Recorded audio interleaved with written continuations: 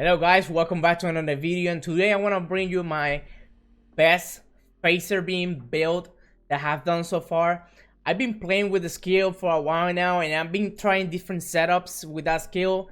As you know, that skill requires a lot of skill, know positioning, knowing when the waves are gonna come out, so you can deal with that slow cast time that the skill has.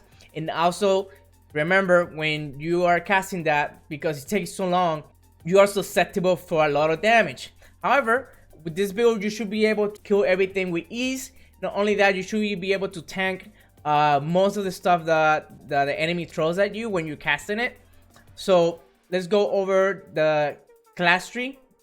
And as you can see, I started going over the bottom tree to grab some of the anomaly knots, like mark accumulation to get skill damage when they mark, and also Archmage, which grants me 6% each knot, and also gifted, and more importantly, wildfire, because you want that phase beam to have a very low cooldown. Right now, as you can see, I went all the way down and got all the anomaly knots until I got to be firing anomaly to get that 12% anomaly power every time I pop overheat.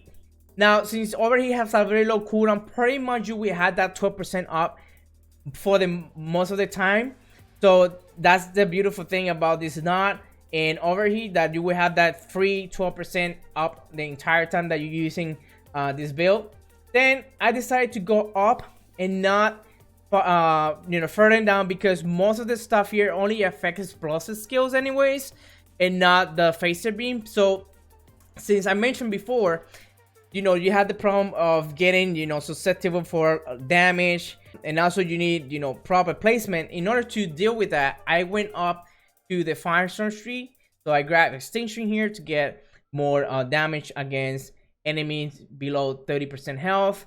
And then I started getting the max health knots, because you don't have any other option, but it's functional anyways.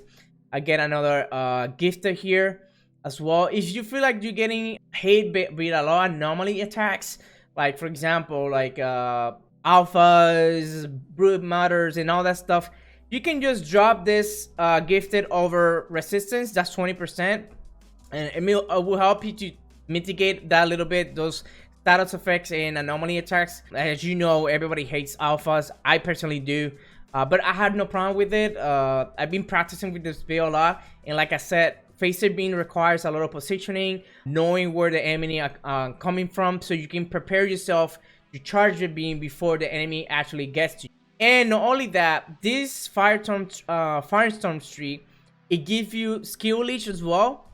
So with the heatweave, and actually when you kill stuff, you can replenish your stuff and be more tankier.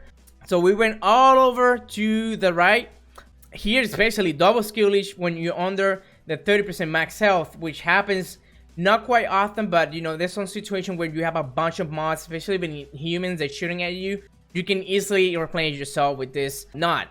Now I grabbed warm up here because remember, I want lower cooldowns, and I was not able to grab this knot here, so I had to sacrifice this over here. And then I went with an elemental, and I'm gonna tell you why I grabbed this knot instead of just going full anomaly. All right, so that's as far as the skill tree. There's other variants that I have with, for example, feed the flames. It's a little different. Instead of just going over here, I just went all straight to hot situation, but that's a different video I'm gonna cover.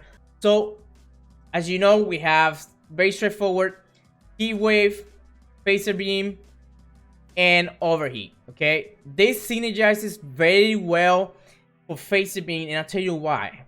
Okay, when you have Master Consumer, remember that Master Consumer grants you 150% damage when the enemy has both status effect on. So you have fire and you have ash.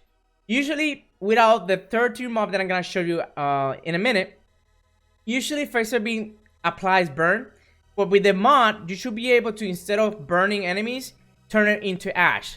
So when you shoot your base Faser Beam, your overheat is gonna do an insane amount of damage. Okay, finishing off somebody, sometimes elites, they don't really stand a chance with the same Faser Beam, So it is a very good combination to have when you're doing your Faser Beam. Okay.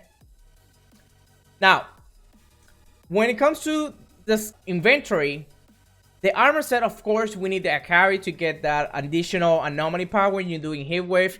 Like I mentioned before, anomaly Faser Beam is a very anomaly hungry build, so it makes sense to go with the Acari. There's other ways you can do it more functional with the lava leech, but that's again another video that I need to cover up. But in terms of like building around the Faser Beam, I think this is the best build you can put out there to clear content easy. Now, let's go over the head. So on the head, I have, you know, the fire tsunami, which increases the width of the firewall.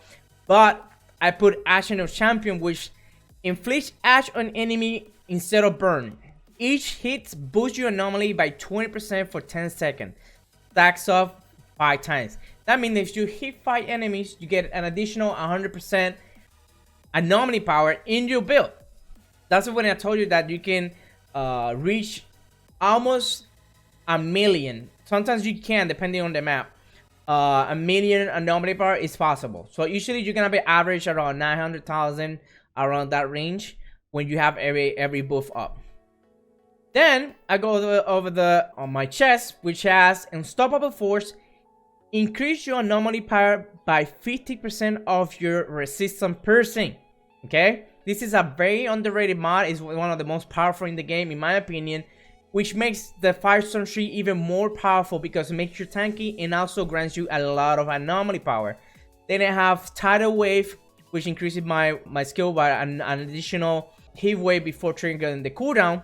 Now, like I said, Unstoppable Force will increase your anomaly power by 15% of your resistance piercings. As you know, when we go over the class here, this knot is gonna grant me 45% every time I active any ignite skill. So for example here, I have 144, 1 heatwave, 166. Okay, and this can be boosted up if you combine it with other mods, but as you can see, that's easy anomaly by just triggering a heatwave. And that's without counting, remember, if I hit any other enemies, you're gonna boost yourself up even more. And not only that, the Ancient Champion hits, you know, most of the time you're gonna have the fire Dragon Balls, like I call them, so that's an additional 100%. And also, if I do heatwave and overheat, that's 178. Okay. Alright guys, so let's go with the pants here. And in the pants I have freaking Phaser to reduce that Faser Beam by 30%, and I added Captain Hunter to get an additional 25% damage to any elites. Next, I have the gloves that has burn on it to get additional 25% damage into enemy. And remember, this is stacked, so I have 2 heat waves, but that will be an additional 50% damage against those enemies. And they have size matters, right? Size matters. Increases the beam radius by 100%. This is very significant for Faser Beam because the default radius is so small that sometimes big waves you miss a lot of enemies that they come and at you. So you need size matters for sure. Then I have the boosts that come with mass and consumer, of course, and also I have detonator to decrease the cooldown by 50%. Now, in the setup, you would like to have as much cooldown reduction status power. That will be the first priority. But if not, if you feel like you're dying a lot or you need more Skivlight Leech, that's no problem. You can change these gloves here with Skivlight Leech changing from the pants. But the more status power that you have, the harder your Faser Beam is gonna hit. So I think this is a very good balance between status power, cooldown reduction, and Skivlight Leech. Okay, I think this is the best balance that I have found so far. Unfortunately, you know, that max health there, it kind of bothers me, but we don't have any other option. I think this is the best setup. So anomaly power will not be an issue with this build, so max health is okay. And also it's gonna help you with the nodes that you have already in the build anyways. So that's that. In terms of weapons, I have the Day Shield here, of course, which is one of the most used weapons right now for the morning winds and fortress. I've usually get the guillotine instead of double like cannot pronounce the anemoy or whatever the name is. I really run like this because with radiation splash I can put vulnerable in bosses or big wave, and that helps me pretty much to have an additional 15% more damage. Then I have all my sidearms. I have death chains and also fortress as well. I usually run with my sidearms and then I switch in between my shotguns. But also this sidearm comes with all the stats that I want. Armor pierce, status power, skill unleash. Now armor pierce would not be that important if you don't have resistance against fortified, which is another mod that boosts your resistance piercing based on the armor piece that you have. But you know, if you decide to put that mod on, for example, instead of just Captain Hunter, you can put that mod in, which is this one. I'll give you a little quick example here. As you know, we already talked about how unstoppable force gives you more anomaly power when you trigger the heatweave, right? So if I put this mod in, which it's another underrated mod. What is it? Oh, this one right here. No resistance against fortify. Increase your resistance piercing by 50% or your armor piercing value. So this basically boosts up your anomaly even more, because when you apply heatwave, we need to remember when we getting this nut here that increase your armor piercing by 45%. Okay, so the more armor piercing I get, the more resistance piercing I'm gonna get as well. So it's a very good synergy. And as we saw in the past, with this, and we do overheat, now we have 197. Okay, so from 178, it boosts me even more. So it depends what really you want to do. I'd rather have Captain Hunter to get the elites faster, but it's up to you and how you like to play the game. Both modes are viable, so play with it and see what, you know, what is the outcome instead for like damage and faster clearance. Alright guys, so basically this is the build. I hope you enjoyed. Try it, let me know your feedback. I had so much fun with Faser Beam. Again, it's a very skill that required a lot of, you know, placement and knowledge where the waves are coming from in order to use it efficiently. But you can put an insane amount of damage with the Faser Beam and overheat combo. I'm gonna include some gameplay after this, so if you like it, let me know. Leave a thumbs up, that helps me a lot. Click that subscribe button if you haven't, it's free. And if you have any question, feel free to write in the section below. And I'll see you guys in the next video. Peace, guys.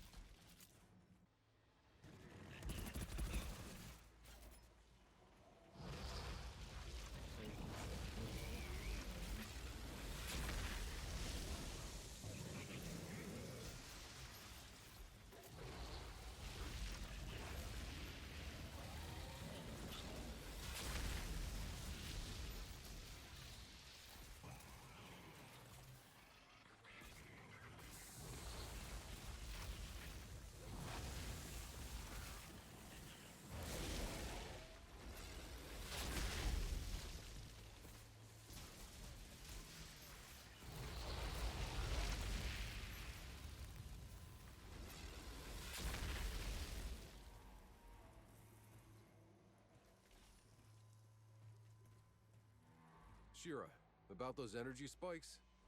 The insurgents had a functioning power cell down here. What did you do with it? It's disabled.